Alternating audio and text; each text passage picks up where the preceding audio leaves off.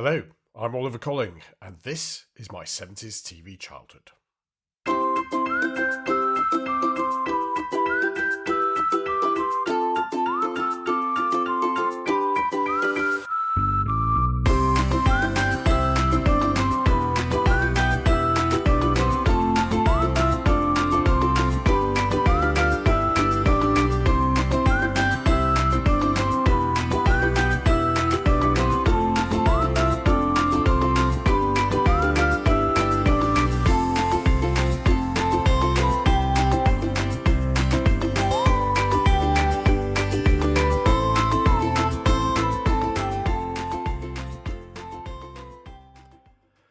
Hello and welcome to my 70s TV childhood, the podcast that looks back fondly to what it was like growing up in Britain during the 1970s and the central part that television played in our lives then.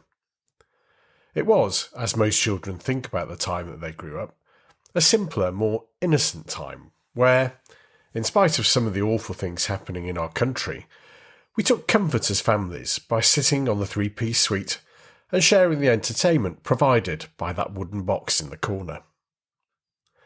Now, things weren't great in 1970s Britain in many respects. The economy was on its knees. We had strikes, the 3-day week, the regular humiliations of the English football team. But for me and my friends, it was all about playing out, discovering new things and having fun, as you'd hope children do in their childhood. It was also about understanding the big wide world and beginning to learn and work out how life itself worked. One of the things we all have to learn about is hygiene and cleanliness. No one is born with a natural aptitude for washing their hands or looking after their own personal hygiene. It's something we are all taught, and how clean we are depends on the environment in which we're brought up. Now, there's one thing I do remember, and I'm really quite shocked about it when I look back, is that things and people could really be quite dirty in 1970s Britain. Where I grew up in the northwest of England, most buildings that had been around for a while were black, and they were black due to 100 years plus of factory smoke and pollution in the atmosphere. But until they started to be cleaned up, as they were in the 70s and 80s, we were unaware that under the black coat of pollution, there were some beautiful sandstone buildings, for example, with all sorts of colours in their stonework. I guess we didn't realise that the smoky chimneys, the steam trains and the exhaust fumes of cars running on 4-star leaded petrol were so bad until they stopped. I'll never forget seeing a cine film that my Uncle Brian had taken of his parents, my grandparents, in the field next to their house in Lee in Lancashire. In the 80s, he transferred all his cine film from the 60s onto video, and the whole family watched it. My childhood memories were of stroking the donkeys in the fields in the fresh air of my grandparents' semi-rural house. But when the film played, the donkeys were still there, but so too were loads of factory chimneys belching smoke into the sky, along with the local colliery in the background. Amazing, really. I don't remember it being like that at all. And people weren't as clean either. The idea of having a shower first thing every morning was alien to most Britons. You had a good wash morning and evening, and once a week you had a bath on bath night. Now, presumably that dated from when people literally had to get the tin bath down from the wall and fill it with hot water so that everyone had a bath on the same evening, i.e. bath night. And I think old habits die hard. And the idea that any self-respecting Englishman would wear deodorant or aftershave on a regular basis was, well, quite plainly ridiculous. And what do you think we were? French? It all seems a long way away from today's obsession with being clean and smelling nice, and with having ensuite bathrooms in your house. Now, don't get me wrong, I much prefer the fact that people don't smell unpleasant, rather than the sweet, musky smell of body odour. But I think it does show how relatively affluent we've all become, and that we've become obsessed by how many bathrooms a house has. I think I might have mentioned this before, but my Auntie Polly, well, she was my mother's auntie, so in effect my great-auntie, she had an outside toilet and refused to have one in the house until the mid-70s. She thought the whole idea was unhygienic. I, for one, was greatly relieved when I could use the toilet inside the house and avoid the dark spider-ridden outside toilet in the backyard. Our streets and parks were also dirtier. The idea that everyone should throw their rubbish into a litter bin, or take it home with them, was still alien to many in Britain, and the big drive of organisations like Keep Britain Tidy was to try and get us to be more considerate as far as littering was concerned. Oh, and let's not even go there on the amount of dog mess there used to be on Britain's street. Lots of things have changed for the better. So we were a dirtier place with dirtier people, and a general lack of cleanliness across our society. But from that, well, let's call it the seedy side of British life, came a couple of comedy classics we're going to remember today. The first started life in the 60s as a one-off TV play written by Ray Galton and Alan Simpson called The Offer, a half-hour script featuring the attempts of Harold, a rag and bone man, to leave his selfish father Albert and seek a brighter future elsewhere. I recently heard a recording of the original episode on the excellent Radio 4 Extra, and it's still a very, very powerful piece, setting up the complex relationship dynamics of a son held back by his elderly father, who in turn fears being left alone. And all of this is played out in a dirty junkyard, full of society's cast-offs, from which Harold and Albert scrape a meagre living.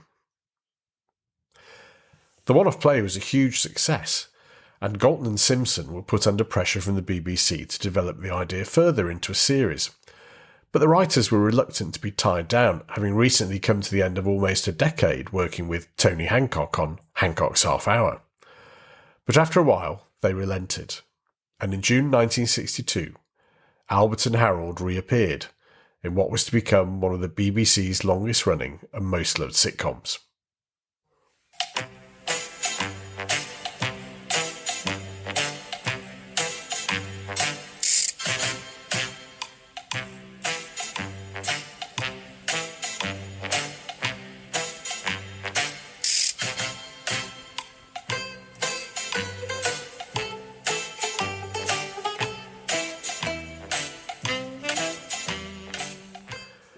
Steptoe and Son ran from 1962 to the end of 1974 over 57 episodes.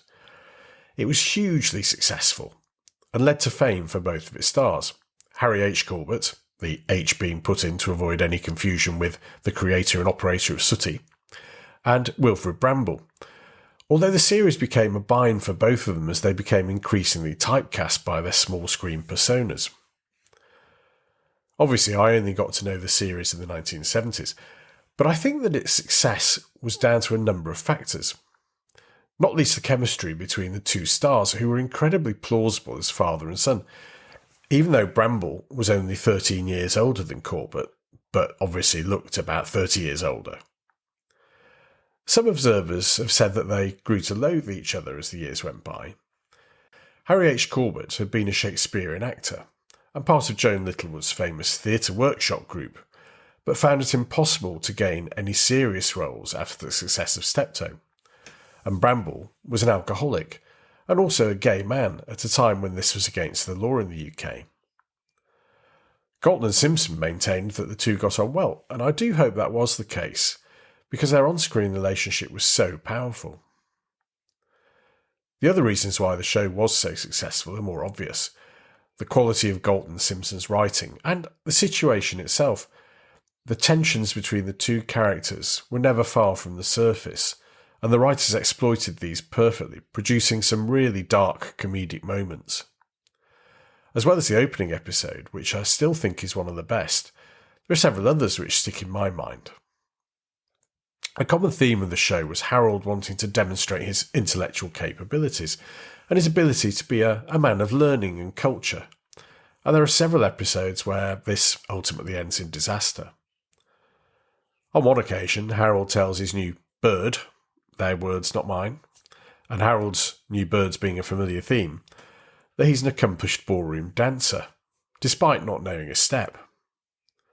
It turns out that Albert's a great dancer, and that he and Harold's mother used to dance together a lot, so Albert offers to teach Harold what to do, and they practice, and they really enjoy the experience, which brings them closer together. When Harold goes off to a ballroom dancing competition with his new girlfriend, Albert waits nervously at home for them to return. But eventually, only Harold comes home. Tragically, he spent all night treading on his girlfriend's toes, as Albert taught him all the latest steps, and their usual antipathy returns as a result. Another one I remember is the one where Albert's murky past as an adult movie star is revealed. Harold finds an antique What the Butler Saw machine and restores it, offering it to the local vicar to be sold at the next jumble sale. Albert and Harold arrive at the jumble sale to find the machine is at the centre of attention, as the local scout group have discovered an old film, featuring no less than Albert in A Night at the Harem. As a result, Albert becomes a local celebrity, and Harold is left cursing his father once again. You dirty old man. You dirty old man. The final episode from Christmas 1974 provides a fitting end to the show. Harold wants to go to Switzerland to spend Christmas there, whereas Albert prefers his usual destination of Bognor Regis. Eventually, Albert is persuaded to go, but he refuses to fly, so they agree to sail to Europe. But he needs to get a passport, and, in the process, when Harold finds his father's birth certificate, it turns out that Albert is the child of the Muffin Man, and the photo he always thought was of his father is actually one of former Prime Minister William Gladstone. The episode really pulls at the heartstrings as the old man discovers that he isn't who he thought he was. But Harold doesn't mind, and leaves for Europe with his dad.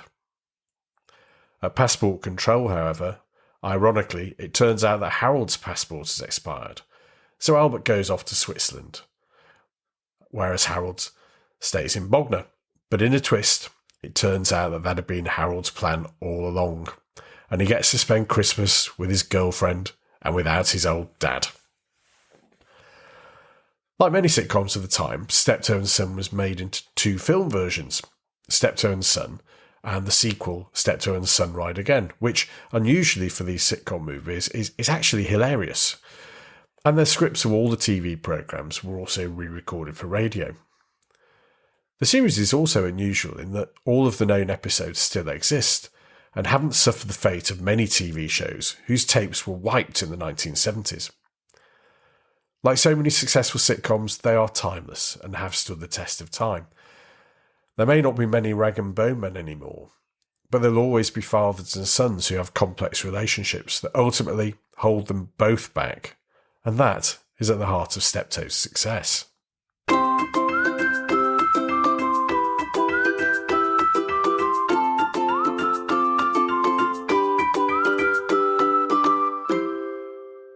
So from the Steptoes' East End yard at Oil Drum Lane, we move to another seedy location, this time in Yorkshire, probably in Leeds, where we come across another rundown establishment presided over by an awkward, miserly, self-opinionated and prejudiced landlord, who lets out crumbling bedsits to a group of tenants living slightly disappointing lives.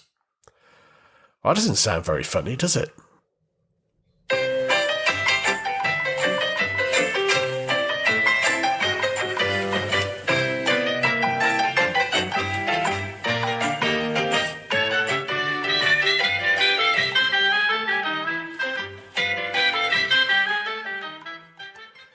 Rising Damp is another British comedy classic. It's also another example of seediness and dirt, which reflected a sort of life of the 1970s. Leonard Roster played the landlord Rigsby, who lorded it over a group of rather unfortunate tenants. I suppose that most of the characters were failures in one sense or another, and much of the humour was derived from the bleakness of their position and their various attempts to improve their lot. Rigsby himself was lonely, pompous, and a bigot, with only his fluffy cat Vienna to keep him company. Why Vienna? Well, so that when he put the cat out at night, he could say, "Good night, Vienna." Yeah. And his tenants included Miss Jones, played by Frances de la Tour, who was a woman slowly realising that she was becoming what people used to describe as an old spinster, ageing and alone, but desperate to be loved. Alan, played by Richard Beckinsale, was a medical student, although one who never seemed to progress very quickly or easily, and often found himself just going through the motions. Only Philip, played by Don Warrington, seemed to have something about him, and that provided much of the comic tension between him and Rigsby, who was clearly threatened by the smooth-talking, intelligent man, who also happened to be black. Now, as they say today, some of the attitudes and language used in the programme reflected society at the time, but I do think that Rising Damp was quite brave in reflecting what certain people thought, and it also provided a really helpful way of calling out Rigsby's personal prejudices and showing him how wrong he was to distrust things which were strange to him. Much of the humour derived from Rigsby's pomposity towards his tenants and his constant romantic pursuit of Miss Jones, or also from Rigsby aspiring to be more like Philip, wanting to better himself without letting Philip know how much he admired his qualities. There was also lots of focus on how the small things made a difference. Like I remember an episode which revolved around one of the tenants having their radio playing too loudly, and another where Rigsby's conned by a smooth-talking new resident, played by Peter Bowles. Who else? It deals in a world where everyone has dreams of bettering themselves and improving their financial or social status, but then find that it's an impossible dream, and that the peeling wallpaper and rising damp of the title is all that they have, both now and in their future. Like Steptoe and Son, Rising Damp is full of pathos. We feel for all of the characters, even Rigsby, living a life which isn't what they thought it was going to be. Eventually, at the end of the show's run, Rigsby appears to have finally convinced Miss Jones to marry him, almost as a sort of admission from both of them that they're not going to find anyone better, and that they weren't the first, or they won't be the last to be in that situation. The wedding day is set, and in true sitcom style, Miss Jones can't go through with it, so doesn't turn up, and Rigsby goes to the wrong church, not realising that Miss Jones hasn't turned up. And in a final scene, they both confess what they've done, and I remember it was really poignant and quite sad. Leonard Roster made Rigsby into one of the great sitcom characters and lifted him from what could have easily been a stereotype of a bigoted, unpleasant landlord to a more complex character with the same weaknesses and foibles that we all have, but sometimes feel uncomfortable about showing. Of course, he was also star of the much-loved Martini ads with Joan Collins and another 70s television classic, The Fall and Rise of Reginald Perrin, which I personally loved. More about that in a future episode, I think. He also shares a sad distinction of having died way too young, at 57, with Harry H. Corbett. Both of them died before their time, which is really tragic, and we can only imagine what more happy memories they could have provided had they lived longer. So there we are. Two classic British sitcoms, which come from and reflect the seedier side of life.